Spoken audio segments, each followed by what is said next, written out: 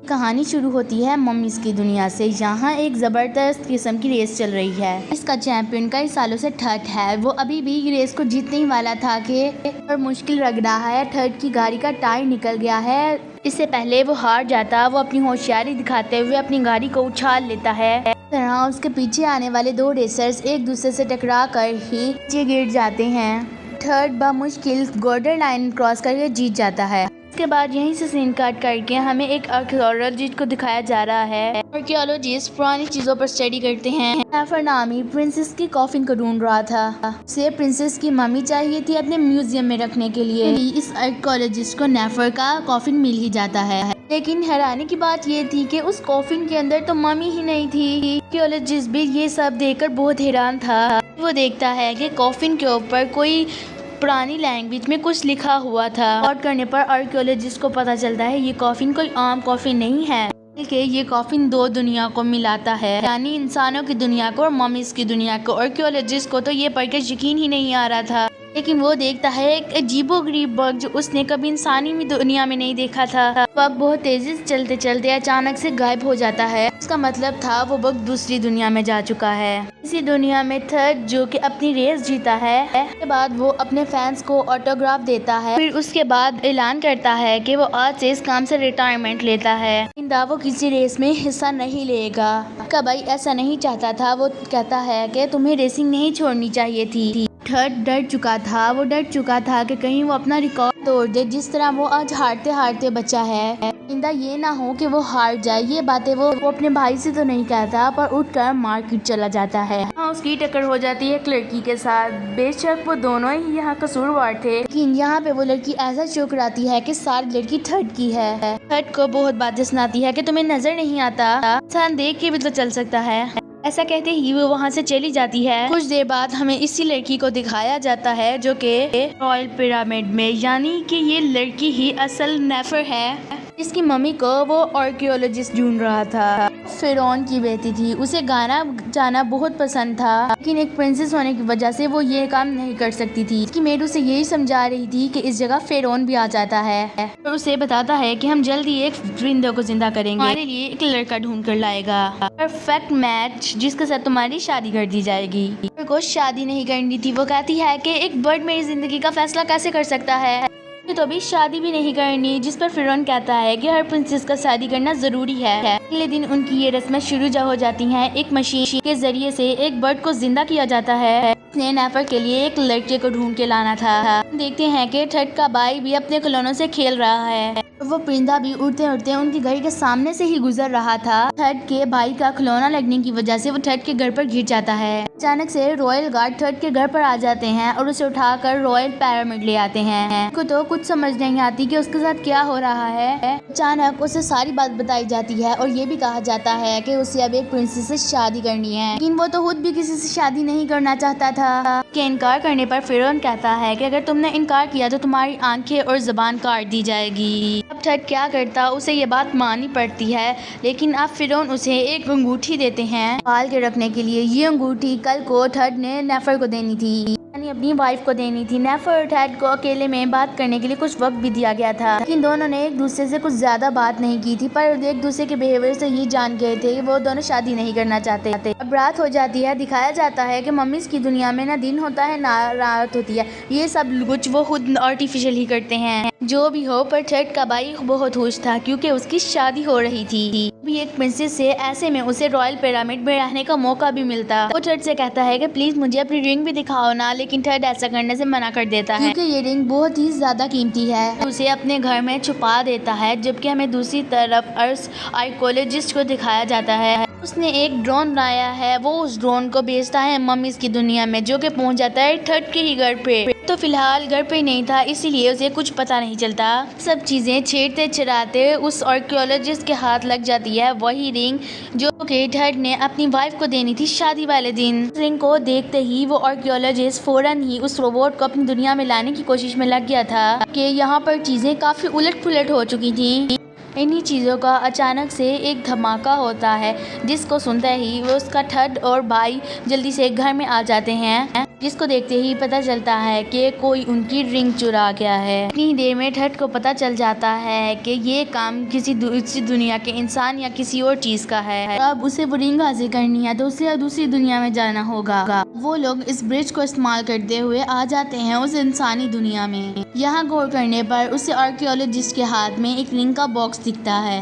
वो जान चुका था कि रिंग का बॉक्स इसका ही है, इसने ही हमारी दुनिया में आने की कोशिश की थी। वो इस रिंग को ढूंढने के लिए इस गाड़ी में चले जाते हैं। अचानक से कोई और आ जाता है और ये जल्दी से एक बॉक्स के अंदर छुप जाते हैं। लेकिन उनकी खराब किस्मत, ये बॉक्स तो उन्होंने कहीं और लेकर जाना था। हाँ, उन्हें किसी और के भी होने का पता चलता है। ये थी असल में नेफर, जो कि थर्ड का पीछा करते हुए यहाँ आई थी। थर्ड से पूछती है कि तुम यहाँ क्यों आए हो, जिस पर वो बोलता है कि रिंग गुम हो गई है। फिर रिंग गुमने पर बहुत ज्यादा खुश होती है कि वाह, मुझे शादी नहीं करनी पड़ेगी। लेकिन थर्ड तो उस रिंग को ढूंढ रहा था। शिप में होने की वजह से वो लोग इजिप्ट से लंदन पहुंच चुके थे। वो बहुत छुप कर शिप से निकलते हैं। फिर आर्कियोलॉजिस्ट की बातें सुनते हैं। वो अपने म्यूजियम शो की बात कर रहा था, शायद इसी रिंग को उसमें नुमाइश करने की बात कर रहा था। थर्ड से लेने के लिए बाकी सारे लोग और थर्ड उसी की गाड़ी में घुस जाते हैं। ये लोग थिएटर के सामने उतरे थे जहाँ एक शो होने वाला था। इन तीनों को कुछ इंसानों ने देख लिया था। इन इंसानों को लगता है कि ये एक्टर्स हैं जिन्होंने मम्मी का कॉस्ट्यूम पहना हुआ है। इनकी पिक्चर्स लेने लगते हैं। जब सब मिलकर इनकी पिक्चर्स लेते हैं तो पिक्चर्स में इनकी ये शक्लें नहीं आती, बल्कि खौफनाक मम्मी वाली पिक्चर्स इसके अंदर कैप्चर हुई थी। इसे देखते हुए ये सब डर कर सभी लोग अपना कैमरा छोड़कर यहाँ से भाग जाते हैं। ये लोग कैमरा उठा लेते हैं और साथ ही नेफर और थैट पहुँच जाते हैं थिएटर के अंदर। उन्हीं जैसे बहुत से लोग थे। लोग मम्मी तो नहीं थे, लेकिन उन्होंने मम्मी की तरह कॉस्ट्यूम पहना हुआ था। शो शुरू हो जाता है। यहाँ पर एक लड़की नेफर का किरदार अदा कर रही थी। किसी के हाथ में वो रिंग थी जो थर्ड और नेफर को चाहिए थी। वो रिंग देख लेती है और खुद गाना गाते गाते उस लड़की के पास चली जाती। खूबसूरत अंदाज में वो डांस करते हुए उस लड़की के हाथ से रिंग ले चुकी थी। उसने जो गाना गाया था उसकी वजह से ये शो बहुत ज्यादा हिट हो चुका था, जहाँ पर बहुत से लोगों के सामने गाना गाने से नेफर का सपना पूरा हो चुका था। वहीं पर एक म्यूजिक डायरेक्टर को नेफर की आवाज़ बहुत ज़्यादा पसंद आई थी। अब वो चाहता था कि नेफर उसके साथ काम करे। अब असली मम्मी को आर्कियोलॉजिस्ट टीवी पर देख चुका था। आर्कियोलॉजिस्ट इनको पकड़ना चाहता था। ये बात अब नेफर और डैड को भी पता थी। साथ ही वो जल्दी से उस म्यूजिक डायरेक्टर की गाड़ी में बैठ जाते हैं और साथ ही थ्रेट करता है कि हम नेफर को हमें अपनी दुनिया में जाना चाहिए जल्द से जल्द, वरना हम बहुत ज़्यादा मुसीबतों में फंस जाएंगे। सोचते ही अब नेफर को उस म्यूजिक डायरेक्टर को इनकार करना पड़ा था। गाड़ी से उतर जाते हैं। गाड़ी से उतरते ही वो म्यूजिक डायरेक्टर से अपना कार्ड दे देता है। ही इन्हें पता चलता है कि जो रिंग इनके पास है वो नकली है। अब उन्हें असली रिंग ढूंढने के लिए इस दुनिया में और देर तक रुकना पड़ा था। और चारा नहीं रहा था उनके पास सिवाय म्यूजिक डायरेक्टर के घर जाने के। म्यूजिक डायरेक्टर खुशी से उन्हें अपने घर ले आता है और नेफर से कहता है कि हम मिलकर बहुत सारे गाने बनाएंगे। तुम्हारा म्यूजिक शूट भी होगा जिसके लिए तुम्हें और कपड़े चाहिए होंगे। जाओ तुम लोग शॉपिंग कराओ। वो अपना कार्ड उन्हें देता है और नेफर और डैड अब शॉपिंग के लिए चले जाते हैं, जहाँ उन्हें बहुत ज्यादा मजा आता है। वो तरह तरह के कपड़े पहनते हैं जिनमें वो कभी मजाकिया और कभी अच्छे लग रहे थे। वो लोग अपना हुलिया बदलने के बाद दोबारा आ जाते हैं म्यूजिक डायरेक्टर के घर। म्यूजिक का एल्बम शूट होते हुए थैट नेफर से कहता है कि ये सब काम ना करो, अपनी दुनिया में जाना चाहिए। नेफर थैट से कहती है तुम क्या जानते हो, मेरा बचपन से ही गाना गाने का सपना था। फिरौन यानी अपने डैड से इतना डरती हूँ कि उनके सामने तो मेरी आवाज ही नहीं निकलती। सुनकर थैट का दिल नरम हो गया था। कहता है कि ठीक है, मैं तुम्हारे साथ ही रहूंगा। हमारी इस खूबसूरत जर्नी में एक के बाद एक नेफर के कई सारे गाने शूट हो चुके थे, सारे ही सुपर हिट गए थे। नेफर कुछ दिन में बहुत मशहूर हो गई थी टीवी और मोबाइल पे आने की वजह से। और उस आर्कियोलॉजिस्ट का भी नेफर के घर का पता चल जाता है। वो नेफर के पीछे ही क्यों ज्यादा पड़ा हुआ था, क्योंकि उसकी म्यूजियम की थीम थी मम्मी। अगर उसे नेफर और थैट मिल जाते तो वो बहुत ज्यादा पैसा कमा सकता था। वो आर्कियोलॉजिस्ट नेफर को किडनैप करके ले जा चुका था। ये सब कुछ देख चुके थे थैट और उसका भाई। थैट अपने बाइक को उधर खड़े होकर कहता है कि इधर ही रुकना, मैं आता हूँ। उनके पीछे करते हुए आप पहुंच जाता है म्यूजियम, जहाँ नेफर को ऑलरेडी बेहोश किया गया था और उसके ऊपर लाइट जलाई गई थी कि लाइट की वजह से मम्मी अपनी असल हालत में नजर आती हैं। क्योंकि ये बात नहीं जानता था कि असल दुनिया में तो हर जगह कैमरास होते हैं। यही कैमरा की वजह से वो पकड़ा जाता है और उसे भी म्यूजियम में लगा दिया जाता है। काफी देर नेफर और थैट वापस नहीं आ चुके थे तो थैट का भाई भी काफी ज्यादा परेशान हो गया था। म्यूजिक डायरेक्टर को सारी बात बताता है और उसकी हेल्प से पहुंच जाता है म्यूजियम। थैट के भाई ने बहुत जल्दी समझ लिया था इस दुनिया के तरीकों को। वो सबसे पहले इन कैमरास को ब्लैक कलर करता है। म्यूजियम के अंदर जाके देखता है कि थैट और नेफर दोनों ही बेहोशी की हालत में हैं। जब आर्कियोलॉजिस्ट अपने म्यूजियम के बाहर के काम देख रहा था। ध्यान तो उन दोनों मम्मीज की तरफ है ही नहीं था। इसी चीज का फायदा उठाते हुए टेड का भाई उन दोनों को बाहर भागने लगता है तो आर्कियोलॉजिस्ट की भी नजर उस पर पड़ जाती है। जैसे ही बेहोश होने वाली गन को चलाता है तो वो जाकर लग जाती है उस म्यूजिक डायरेक्टर को। वैसे में ही भाग कर पहुंच जाते हैं उस बस के अंदर। टेड का भाई अपने उस छोटे से मगरमच्छ के जरिए उस बस को चला रहा था। चल के उनके सामने एक ऐसा ब्रिज आ जाता है जिसका कोई रास्ता ही नहीं था। पानी में जाने ही वाले थे कि टेड अपने भाई को कहता है कि पहले फुल स्पीड करो और जाते ही स्पीड ब्रेक कर देना। इसी में उन्होंने अपनी जान तो बचा ली थी लेकिन अपना पीछा करने वालों को धोखा दे दिया था। अब वो लोग जाकर गिर जाते हैं उस दरिया पानी के अंदर। इस तरह उनका उस आर्कियोलॉजिस्ट से पीछा छूट गया था।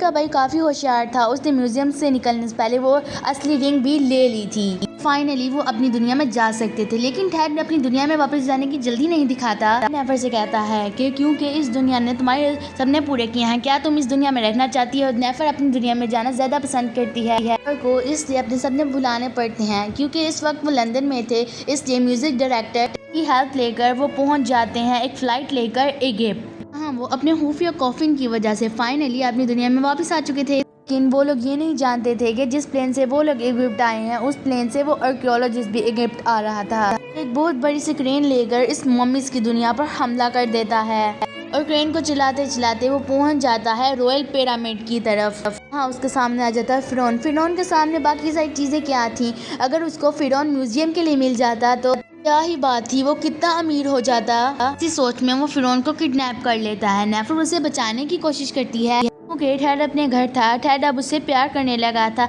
क्योंकि नेफर ने कह दिया था कि वो उससे शादी नहीं करना चाहती, इसलिए वो बहुत उदास था। उसका भाई आकर कहता है कि तुम्हें पता है फिरौन को किसी ने किडनैप कर लिया है। उसी आर्कियोलॉजिस्ट ने नेफर को तुम्हारी मदद चाहिए होगी। टेड कहता है कि नहीं, उसे नहीं चाहिए होगी मेरी मदद क्योंकि उसके पास बहुत सारे गार्ड्स हैं, वो अपनी मदद खुद कर लेगी। और फिर अपने भाई के इंसिस्ट करने पर उसे नेफर की मदद करने के लिए जाना पड़ता है। नेफर को टेड यहाँ देखकर बहुत खुशी होती है पर टेड भी काफी अर्से के बाद अपनी उस बग्गी में बैठा था, वो भी फिरौन को बचाने के लिए। लेकिन इस दफा उसकी बग्गी फिर से उसे धोखा देती है। उसका टाइम निकलने ही वाला था कि उसकी बग्गी का टायर उसकी क्रेन के ऊपर आ जाता है। इसकी वजह थी कि वो भी आर्कियोलॉजिस्ट के साथ बहुत तेजी से आगे बढ़ रहा था। टेड को तो पता था आगे खाई है लेकिन इस आर्कियोलॉजिस्ट को नहीं पता था कि स्पीड तेज थी। अगर वो ब्रेक न लगाते तो उन्होंने खाई में ही गिरना था। नेफर और फिरौन को बचाने के लिए उन्हें साइड पे फेंक देता है और खुद भी उस आर्कियोलॉजिस्ट के साथ उस खाई में गिर जाता है।